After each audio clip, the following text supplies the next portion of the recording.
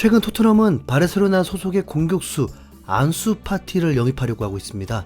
파티는 바르셀로나 유소년팀 출신으로 그야말로 성골 중의 성골 선수인데, 과거 이승우 선수와 유소년 생활을 같이 해서 개인 SNS에 못생겼다는 댓글까지 달 정도로 찐한 친분을 자랑하는 사이입니다. 2002년생인 파티는 빠르게 성장하면서 고작 16살이던 2019년에 1군 경기에 출전해서 2경기 만에 데뷔골을 넣어버린 유망주인데요. 바르셀로나라는 엄청난 클럽의 역사상 최연소 데뷔골이라는 기록을 쓴 천재 선수고, 라리가 최연소 득점이기도 했습니다. 같은 해에 챔피언스 리그에서도 득점하면서 챔스 최연소 득점 기록까지 세웠습니다. 그야말로 메시의 뒤를 잇는 천재 공격수로 바르셀로나의 미래로 불렸던 선수죠. 실제로 데뷔하자마자 메시 후계자로 불렸고, 메시가 팀을 떠난 이후에 메시 등번호인 10번까지 물려받은 정통 후계자 맞습니다. 2023년 현재에도 아직 생일이 지나지 않아서 20살 밖에 되지 않는 이 어린 천재가 왜 토트넘으로 이적하려고 하는 걸까요? 16살이라는 너무 어린 나이에 데뷔해서 데뷔 시즌에는 정말 눈부신 활약을 했지만 아직 다 자라지 못한 약한 피지컬이 결국 안수 파티의 발목을 붙잡고 말았습니다. 성인 선수들과 부대끼면서 2020년 말에 좌측 반월판을 다쳐버린 겁니다. 반월판은 무릎 관절 사이에 있는 연골인데, 이 부위의 부상은 축구 선수들에게 매우 치명적일 수밖에 없습니다. 특히 메시의 뒤를 이을 정도로 드리블 실력이 뛰어났던 파티에게는 더더욱 심각한 부상이 되고 말았죠. 시즌 초반에 부상당한 파티는 그대로 시즌이 끝날 때까지 복귀를 하지 못했고, 다음 시즌이 시작할 때 돌아왔습니다. 그리고 이때 메시의 등번호인 10번을 파티가 물려받는 일이 있었고요. 바르셀로나 구단 측에서도 파티가 앞으로 메시 후계자로 발전할 수 있다는 강한 신뢰의 표현을 한 거라고 봐야 합니다. 그래서 반월판 부상에서 복귀하자마자 결번이었던 10번을 파티에게 준 거죠. 이에 대한 당시 여론은 좋지만은 않았는데, 이때까지도 파티는 18살밖에 안 된 유망주로 10번을 받기에는 부족하다는 평가가 있었습니다. 하지만 선수 본인이 그 부담감을 안고 당당하게 10번을 달겠다면서 제안을 받아들여서 역시 대단한 선수가 될 거라고 기대했는데요. 반월판 부상에서 복귀하던 첫 경기에서 후반 35분에 느지막히 교체 투입됐음에도 10분 만에 바로 골을 넣어버렸습니다. 그야말로 기대에 걸맞는 활약이었죠. 이어서 선발 복귀전에서도 득점하면서 정말로 메시의 후계자로 바르셀로나를 이끌 차세대 슈퍼스타가 탄생했다고 믿었습니다. 그 기세를 몰아서 바로 구단과 재계약을 하면서 2027년까지 이어지는 장기 계약으로 바르셀로나의 미래로 자리를 굳히려던 순간, 복귀 한 달 만에 다시 햄스트링 부상을 당해서 두 번째 장기 부상을 당하게 됩니다.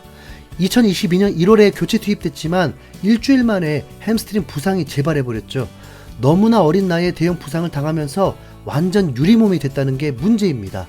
2020-2021 시즌부터 두 시즌 동안 뛴 경기가 교체 포함해서 24경기밖에 안 되는데, 가장 중요한 시기를 부상으로 놓친 겁니다.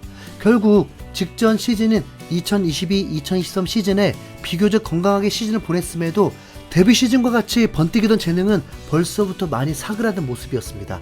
지난 시즌 총 51경기를 소화했지만 이 중에 선발 출전은 14경기밖에 없었고, 51경기 총 스탯이 10득점 3도움으로 결코 뛰어난 편이 아니었는데요. 출전 시간에 관한 문제로 파티의 아버지와 구단 간의 갈등까지 벌어졌습니다. 이때부터 슬슬 이적설이 나오기 시작해서 현재 토트넘까지 연결이 된 거고요. 참고로 파티는 올여름 프리시즌에 토트넘과의 친선 경기에 교체 출전해서 3대2로 앞서가는 역전골을 넣기도 했죠.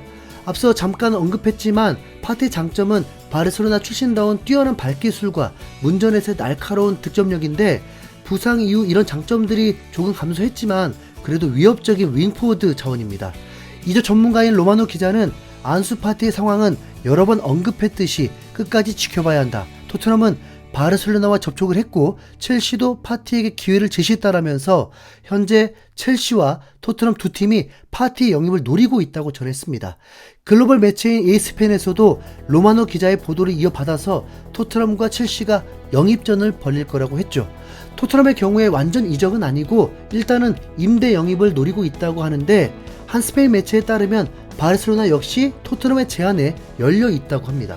영국 매체인 풋볼 런던도 토트넘은 이적 시장 막바지에 바르셀로나의 스타 안수 파티를 깜짝 영입할 수도 있다. 토트넘의 최우선 목표는 브레넌 존슨이지만 영입이 쉽지 않아 대안을 찾고 있다라면서 토트넘이 여름 이적 시장이 끝나기 전에 파티를 데려올 수도 있다고 봤습니다. 오는 9월 1일이 이적 시장 마감이라서 시간이 이틀 정도밖에 남지 않은 상황인데 갑작스럽게 파티를 데려오는 이유가 히샬리송이라는 주장도 있습니다. 지난 풀럼전에서 히샬리송은 올 시즌 들어서 공식전 첫 득점을 올리긴 했지만 지난 시즌부터 지금까지 총 4골로 6천만 파운드라는 몸값에 어울리지 않는 먹튀급 활약을 했던 건 부정할 수 없습니다. 특히 영국 국내 대회에서 히샬리송이 득점하면 그 경기는 모두 졌다는 징크스가 있어서 일각에서는 히샬리송을 기피하고 있죠. 히샬리송은 올해 5월에 리버풀 원정에서 후반전 추가 시간에 동점골을 넣었는데 득점에 흥분이 가시기도 전에 곧바로 조타에게 역전골을 허용하면서 패배했습니다. 이번 풀럼전에서도 후반전에 동점골로 승부의 균형을 맞추긴 했지만 결과적으로는 승부차기까지 간 끝에 팀이 패배했고요. 국내 대회에서 골을 넣은 두 경기 모두 토트넘은 패배하는 결과가 나왔기 때문에 히샬리송에게 이상한 징크스가 있다는 다소 비과학적인 주장에 힘이 실리는 겁니다. 뿐만 아니라 히샬리송이 넣은 4골 중에 3골이 상대편의 선수가 모자른 때였습니다. 히샬리송은 작년 9월 챔스 조별 예선에서 마르세유를 상대로 2골을 득점했는데 당시를 돌이켜보면 손흥민이 파울을 유도해서 마르세유 선수 1명이 퇴장을 당했었죠. 그리고 10명이 뛰고 있던 마르세유에게 히샬리송이 2골을 넣었습니다. 공교롭게도 풀럼전에서 득점 장면 역시 풀럼의 테테가 축구와 이슈로 경기장을 나가서 라커룸으로 들어갔을 때 벌어졌는데요. 어쩌면 진짜 별거 아닌 우연히 겹친 거지만 모아놓고 보니까 참 뭔가 이상하긴 합니다. 히샬리송만 믿고 한 시즌을 쭉 가기에는 확실히 불안한 부분이 많은 상황입니다. 그래서 빠르게 바르셀로나와 접촉해서 파티의 임대 영입을 노리는 거죠. 만약 파티가 토트넘에 합류하게 되면 히샬리송이 아닌 손흥민이 원톱으로 나서고 파티와 클루셉스키가 윙으로 나올 겁니다. 파티의 경우 유소년 시절의 포지션이 스트라이커였던 적도 있는 만큼 가운데서 뛸 가능성도 있긴 하지만 아무래도 피지컬이 손흥민보다 딸려서 서로 경기 중에 스위칭을 할 것 같네요. 최근 손흥민이 플레이메이킹을 도맡으면서 경기당 키패스를 4개씩 뿌려주고 있는데 안수 파티급 재능이라면 그 4개 중에 한두 개 정도는 골로 만들어주지 않을까요? 손흥민이 중앙으로 위치를 옮길 때마다 바로 추가골이 터졌던 경기들을 생각해보면 확실히 히샬리송보다 손흥민 원톱 전술이 더 파괴적인 것으로 보이는데요.